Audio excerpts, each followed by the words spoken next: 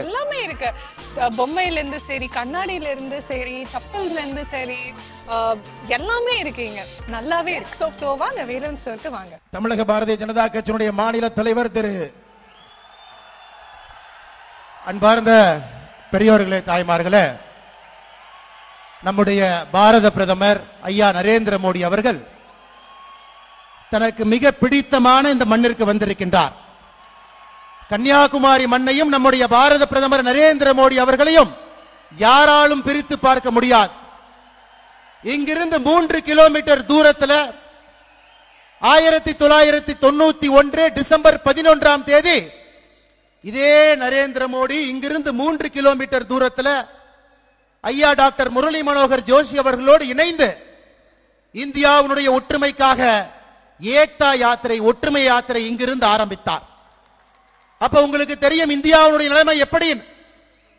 வாக்கு வங்கி அரசியலுக்காக நடத்தி கொண்டிருக்கக்கூடிய காங்கிரஸ் ஆட்சியில வேறு வேறு கட்சிகள் இந்திய அரசியல் இருந்த பொழுது இந்தியாவை துண்டாடி கொண்டிருந்தார். காஷ்மீராக இருக்கட்டும், பஞ்சாபாக இருக்கட்டும், இந்தியாவுடைய எந்த மாநிலமாக இருக்கட்டும், பிரிந்து கிடந்தது. மக்களுக்குள்ளே வேற்றுமை உணர்வு. இது இங்கிருந்து 3 கிலோமீட்டர் இல்லை. டிசம்பர் 11ஆம் தேதி 1995 45 நாட்கள் இந்த மண்ணில் இருந்து ஆரம்பிக்கப்பட்ட ஒற்றுமை யாத்திரை, ஏக்தா யாத்திரை ஜனவரி 26ஆம் தேதி 1992 காஷ்மீரினுடைய லால் சவுக்கில் நம்முடைய மூவர்ண கொடியை ஏற்றி வைத்து நம்முடைய பாரத பிரதமர் நரேந்திர மோடி அவர்கள் சொன்னார்,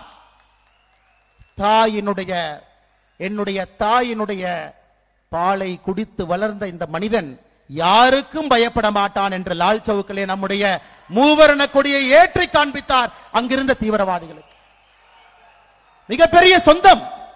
கன்னியாகுமரியினுடைய மக்கள் உங்களுடைய மண்ணின் மைந்தனாக பாரத பிரதமர் நரேந்திர மோடி அவர்களை கொண்டாடி கொண்டிருக்கின்றீர்கள். அதே மண்ணிற்கு இன்னைக்கு பிரதமர் அவர்கள் மிகப்பெரிய உறுதிமொழியோடு வந்திருக்கின்றார். இன்னைக்கு அவர்கள் சொல்வது விக்ஷித் சங்கல்ப் யாத்ரா என்று சொல்ல. ஏக்தா யாத்திரை இங்கிருந்து ஆரம்பித்தாங்க. இத்தனை ஆண்டுகள் கழித்து இந்தியாவுடைய பிரதமராக நம்முடைய நாட்டை வல்லரசு நாடாக மாற்றுவதற்கு 2047 முடியும் பொழுது இது ஒரு மிகப்பெரிய வல்லரசு நாடாக மாற வேண்டும்.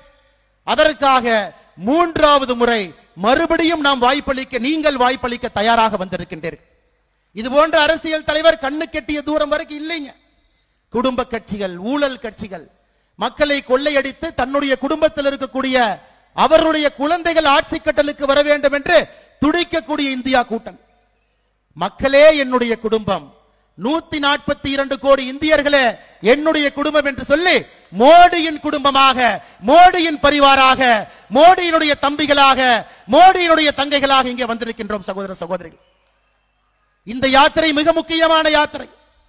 விக்சித் சங்கல்ப் யாத்திரை அடுத்த 25 ஆண்டுகளுக்கான கனவோடு நம்முடைய பாரத பிரதமர் நரேந்திர மோடி அவர்கள் வந்திருக்கின்றார். அதனால்தான் சகோதர சகோதரிகளே, 400 என்கின்ற நம்முடைய இலக்கு ஒரு வெறும் வாய்ச்சொல் கிடையாது.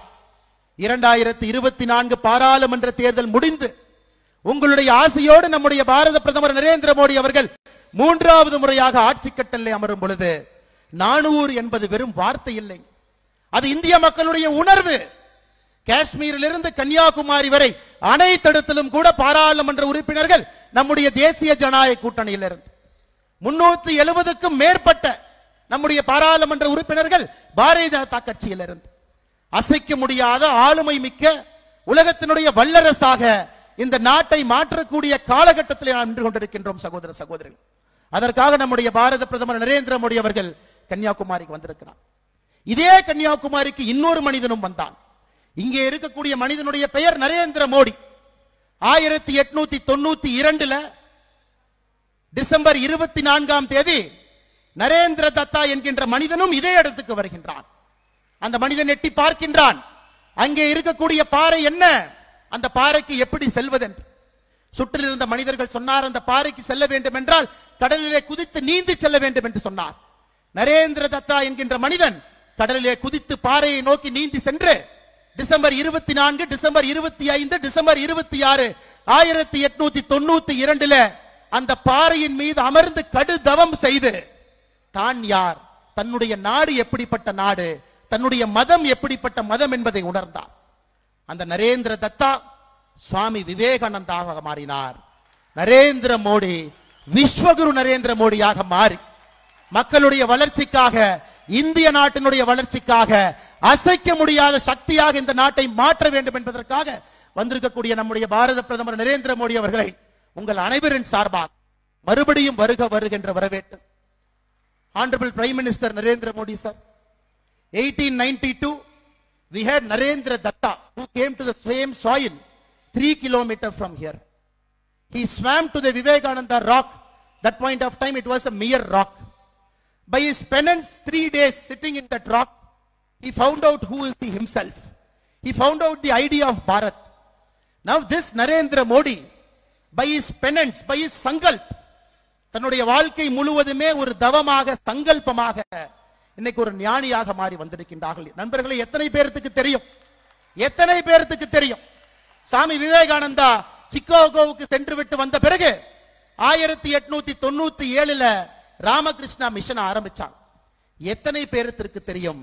இங்கே அமர்ந்திருக்கக்கூடிய ஒரு ஏழை தாயினுடைய மகன் குஜராத்தில் 1950 ஒரு டீ விற்கக்கூடிய ஒரு சாதாரண குடும்பத்தில் மகனாக பிறந்து 5 வீட்டிலே பாத்திரம் கழுவி தன்னுடைய குழந்தைகள் நன்றாக இருக்க வேண்டும் என்பதற்காக தன்னை வருத்தி கொண்டு வாழ்ந்த தாயினுடைய புதல்வனாக இருந்த இந்த மனிதன் ஒரு சங்கல்பவாதியாக மாறி, இந்த மனிதனும் அதே முடிவை எடுத்தார். ராஜ்கோட்டில் இருக்கக்கூடிய ராமகிருஷ்ணா மிஷனுக்கு இந்த மனிதர் சென்றார். நான் ஞானியாக மாறி விடுகின்றேன், நான் ஒரு ஞானியாக மாறிவிடுகின்றேன் என்று ராஜ்கோட்டுக்கு இந்த மனிதர் சென்றார். அங்கே இருந்த சுவாமி அஸ்வஸ்தானந்தா சாமி சொன்னாரு நம்முடைய மோடி அவர்களை பார்த்து, நான் சொல்வது 50 ஆண்டுகளுக்கு முன்பு, மகனே, உன்னுடைய வாழ்க்கை என்பது இந்த நாட்டிற்காக, நீ ஞானியாக மாறி தனிமைப்படுத்துவதற்காக நீ பிறக்கவில்லை, நாட்டிற்கு சேவை செய்வதற்காக பிறந்திருக்கின்றாய் என்று ராஜ்கோட் ராமகிருஷ்ணா மிஷன்ல இருந்து திருப்பி அனுப்பப்பட்டார் அந்த நரேந்திர மோடி. 2வது முறையும் செல்லுகின்றார், மறுபடியும் ராமகிருஷ்ணா மிஷனுக்கு ஞானியாக வேண்டும் என்று 2வது முறையும் திரும்பி அனுப்பப்பட்டார்.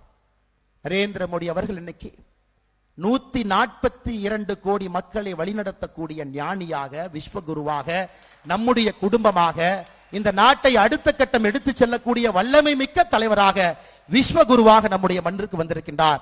உங்கள் அனைவரின் சார்பாக நம்முடைய மோடி அவர்களை வருக வருகின்ற மற்றும் வரவேற்று மிகுந்த ஒரு பெரிய உற்சாகத்தோடு, கைத்தட்டி ஆரவாரத்தோடு உங்களுடைய மண்ணினுடைய மைந்தனை, ஏக்தா யாத்திரை எடுத்தவரை, இப்பொழுது விக்ஷித் பாரத் சங்கல்ப யாத்திரை எடுத்திருக்கக்கூடிய நரேந்திர மோடி அவர்களை உற்சாகத்தோடு நீங்கள் வரவேற்க வேண்டும் என்று அன்போடு கேட்டுக்கொள்கின்றேன்.